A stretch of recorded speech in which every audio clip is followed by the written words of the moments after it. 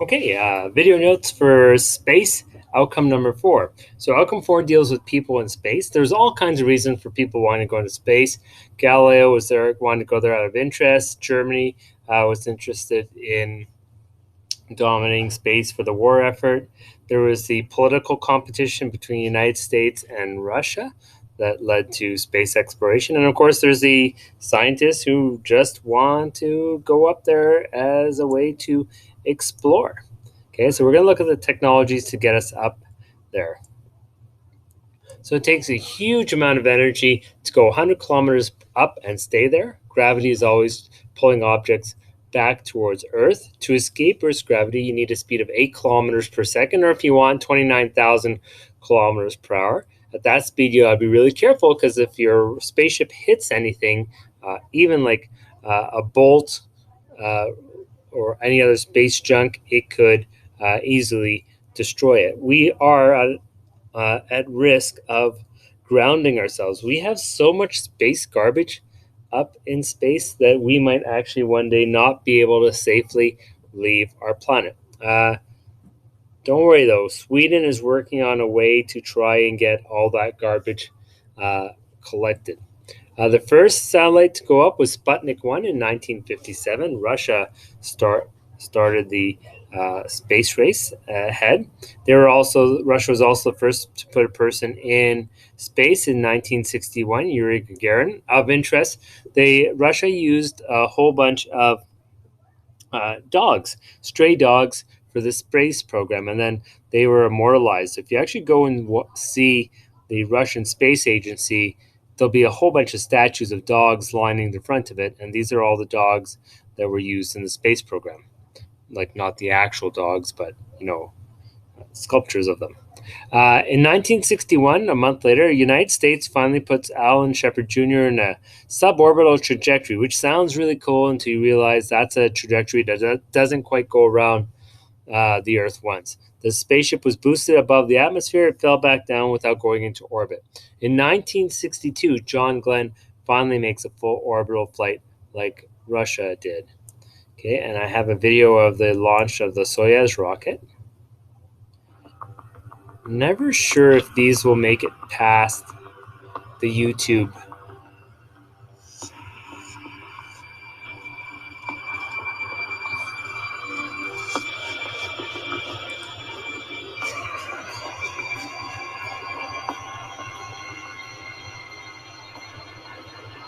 It's 2 o'clock in the morning. It's the morning of launch. We launch in approximately 8 hours. And we have a lot to do in space, and I'll see you on board. Goodbye for now, and we'll see you on orbit.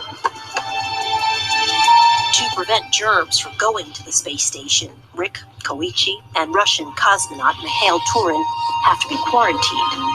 Isolated and behind glass is the only way to say a final goodbye to family.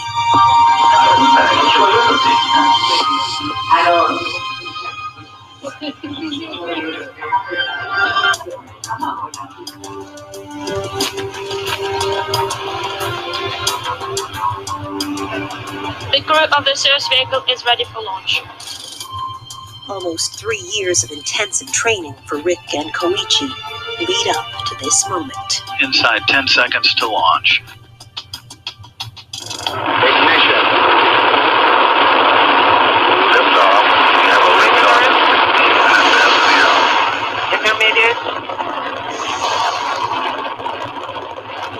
And we had liftoff of the Soyuz rocket and the TMA-11M spacecraft, delivering 3 more crew members to the International Space Station. 140 seconds, everything is nominal.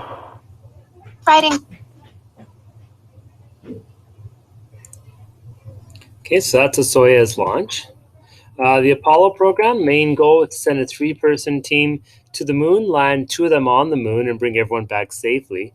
The Apollo spacecraft consisted of an orbiter, it's a command module, and then a lunar lander as well. So that was the summer of 1969. Apollo 11 carried Neil Armstrong, Edwin Aldrin, and Michael Collins to the moon. By the way, there is a good documentary of this on Netflix if you want to watch it.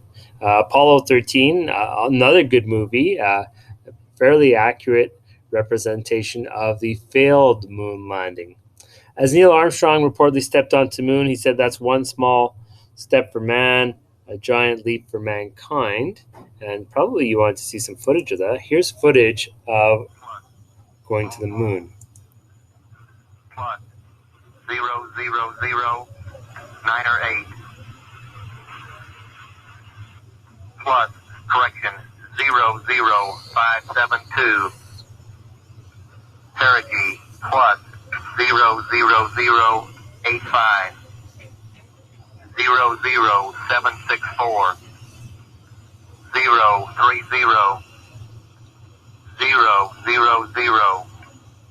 293. Down 86. Minus 00759er. Apollo went into orbit around the moon. The journey that had taken the lifetime of mankind was nearing its crucial moment. Oh, Apollo 11, Houston, we wondered if you started into the limb yet, over. Okay, Charlie, we're in the limb. The docking index mark is the same. Roger, we copy. Houston, Apollo 11. Apollo 11 Eagle. The lunar module Eagle was again given a thorough checkout to ensure the functioning of all systems, as Armstrong and Aldrin prepared to seal themselves off from Collins in the command module and for the two craft to pull apart. 2, 3, 4, 5, 5, 4, 3, 2, 1. Houston out, over.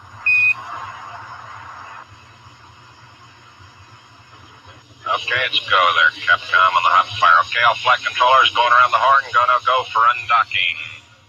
Okay, retro, go. Fido, go. Guide, go. Control, go. Telcom, go. Jinsei, go. Econ, go. Surgeon, go. Capcom, we're go for undocking.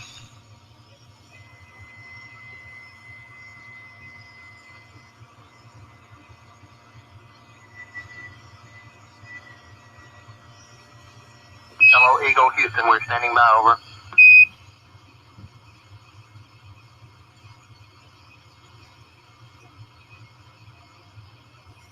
Eagle, Houston, we see you on the steerable, over.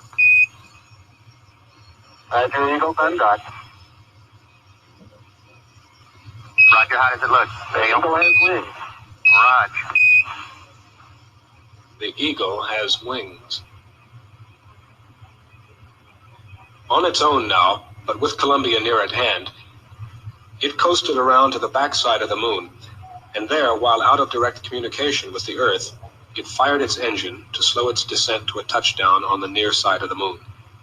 Collins in Columbia continued in orbit, awaiting their return.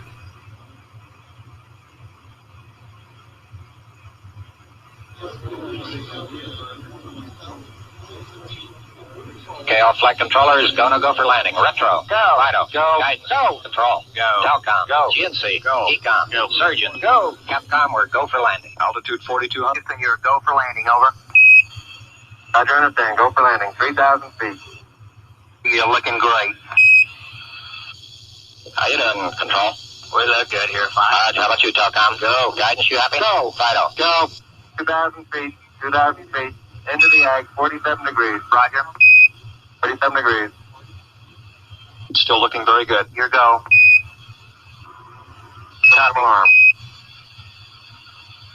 1201. 1201. Roger, 1201 alarm. 1201 alarm. Stand by for go flight. Okay, we're go. We're go. Same tight. We're go. Altitude 1600. Eagle looking great. Roger, 1202. We copy it. 35 degrees. 750. Coming down to 23. 540 feet and at 15. 350 feet down at 4. Altitude, velocity, light. 3.5 down. 220 feet. 11 forward, coming down nicely. 200 feet. 4.5 down. 5.5 down. 100 feet. 3.5 down. 9 forward. Okay, 75 feet. That is looking good. Down a half. 6 forward. 60 seconds. Lights on. Forward. Forward. 40 feet down. 2.5. Picking up some dust. Straight shadow. 4 forward, just into the right a little. 30 seconds. Forward, just. Contact light. Okay, engine stop. We copy you down, Eagle. Listen, Tranquility Base here. The Eagle has landed.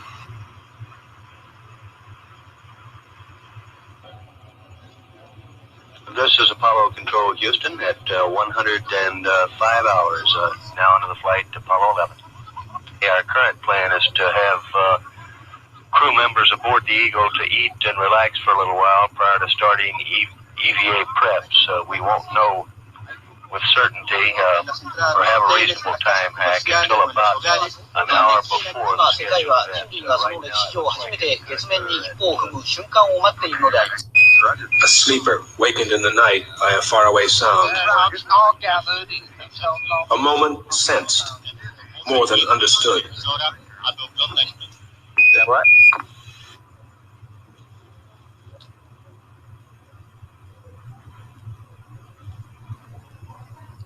Okay, Neil, we can see you coming down the ladder now. Neil, we can see you coming. Okay, I just checked. Getting back up to that first step. That isn't collapsed too far, but it's adequate to get back up. Roger, we copy. It's a pretty good little jump. At the foot of the ladder, the lamb footbeds are only depressed in the surface about 1 or 2 inches. Although the surface appears to be very, very fine-grained as you get close to it. It's almost like a powder. Ground mass is very fine. I'm going to step off the limb. That's one small step for man, one giant leap for mankind. That's one small step for man, one giant leap for mankind. Lots of iconic sayings in that video. Okay, and so, they went to the moon. And there's a picture of me outside the school for some reason. All right, meeting in space. In 1975, United States and Russia first joint mission of the two countries, so they're working together, and they docked together in space. Now, the issue is not the openings into the spaceship. The issue is life support. The American system used pure oxygen, and so they didn't actually have to pressurize their spaceship. So if they ever wanted to do a spacewalk, they literally put on their helmets and out they went. However, if there was ever a fire on the American system, people would burn to a crisp because that's 100% oxygen. You're not going to be able to control that fire very easily. The Soviet system used a chemical reaction to make oxygen, like regular air that we breathe. And so because they did that, they had to pressurize their spaceship. So the Soviets, if they have to do a spacewalk, they have to depressurize before they can go out. However, if they ever had a fire on board, they'd be able to easily contain it because it's just regular air. It's not pure oxygen. It took them 5 years to be able to figure out how to allow them to meet together in space. The space shuttle. All decommissioned, but this was the first reusable spaceship where it had two solid rocket boosters, so they used solid fuel, and then the main shuttle used liquid fuel, and there's a big tank underneath it as it launches. We've had two errors. One, and actually, there's a good documentary about the Challenger on Netflix where they talk about what led up to the explosion that killed all 7 astronauts, including a school teacher, as they were going up. And then there was another accident when the shuttle was coming down, a different one, where space towels were damaged and everybody on board that one died as well. Going up in space, really, really dangerous, just so you know. But all the astronauts who sign on to do it recognize the danger and feel that it's worth it for the progress they're going to make. And I have a video here of the space shuttle launching, I believe. We are transferring to orbiter internal power at this time. Discovery is now running off its 3 onboard fuel cells. Coming up on a go for auto sequence start.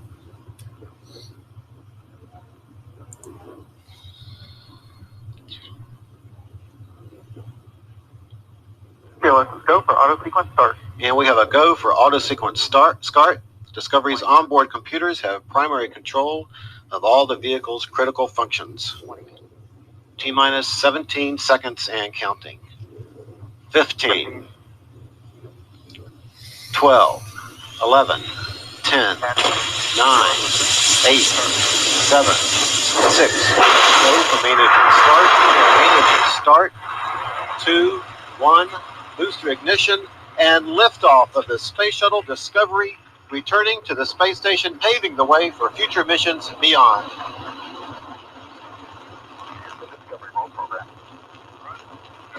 Houston now controlling the flight of Discovery. The space shuttle begins the journey back into orbit. Discovery completes its role. The shuttle now heads down, wings level for the 8.5-minute ride to orbit. This view from a camera on the external tank's liquid oxygen feed line, showing the bird's eye view of Discovery as it races towards space, a star-spangled start to Discovery's mission. Discovery's 3 liquid fuel main engines now throttle back to 67% of rated performance, reducing the stress on the shuttle as it breaks through the sound barrier.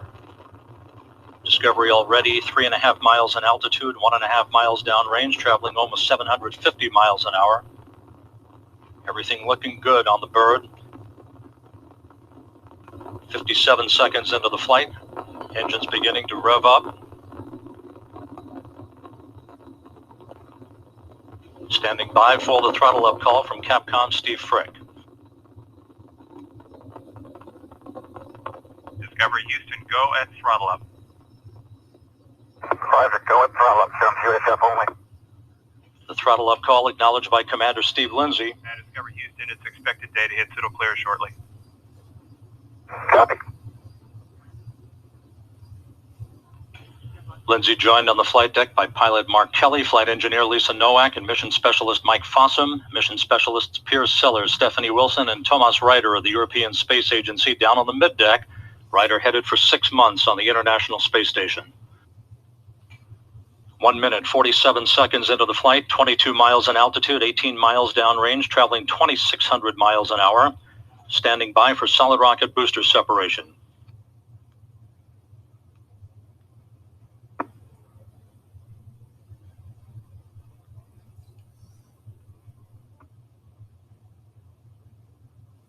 So that too is a solid rocket rocket booster separation confirmed. Guidance now converging. Discovery's onboard computers commanding the main engine nozzles to swivel, aiming the shuttle for its precise target in space for main engine cutoff. We should have a good forward link now on S-band.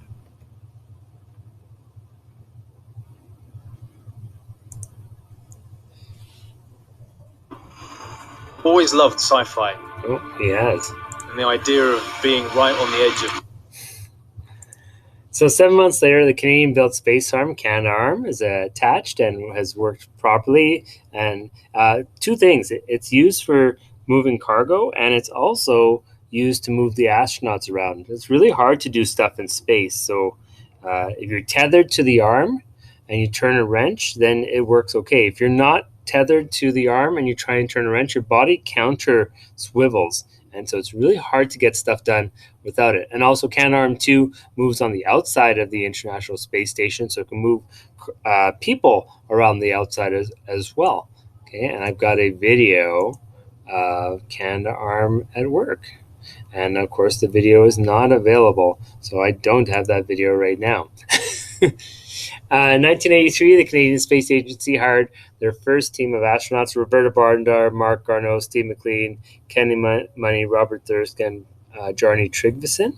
And of course, we know Chris Hadfield was up there as well and has done a lot of good work for the program too. So this is where I'm going to stop, and I will make another video for Outcome 4 Part 2.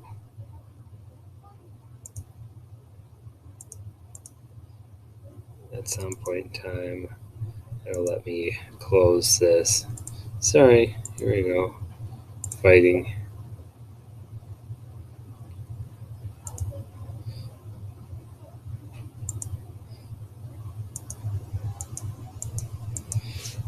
Oh, this is cute. I can't seem to stop the video.